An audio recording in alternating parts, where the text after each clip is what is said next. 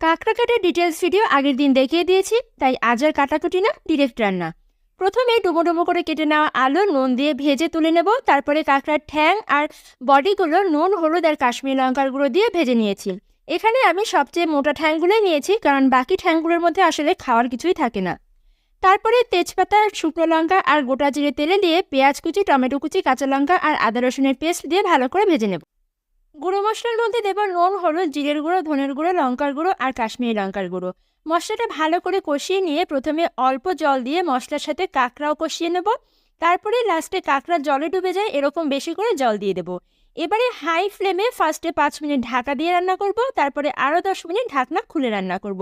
সবশেষে gas off করে গরম মশলা আর ধনেপাতা দিয়ে 10 মিনিট ঢাকা দিয়ে রাখবো। ব্যাস, কাঁকড়ার ঝাল রেডি। এই স্বাদ কিন্তু তোমরা দোকানের বানানো কাঁকড়াতে পাবে না, তাই বাড়িতে একবার অবশ্যই বানানোর চেষ্টা করবে। আর আমার চ্যানেলটাকে সাবস্ক্রাইব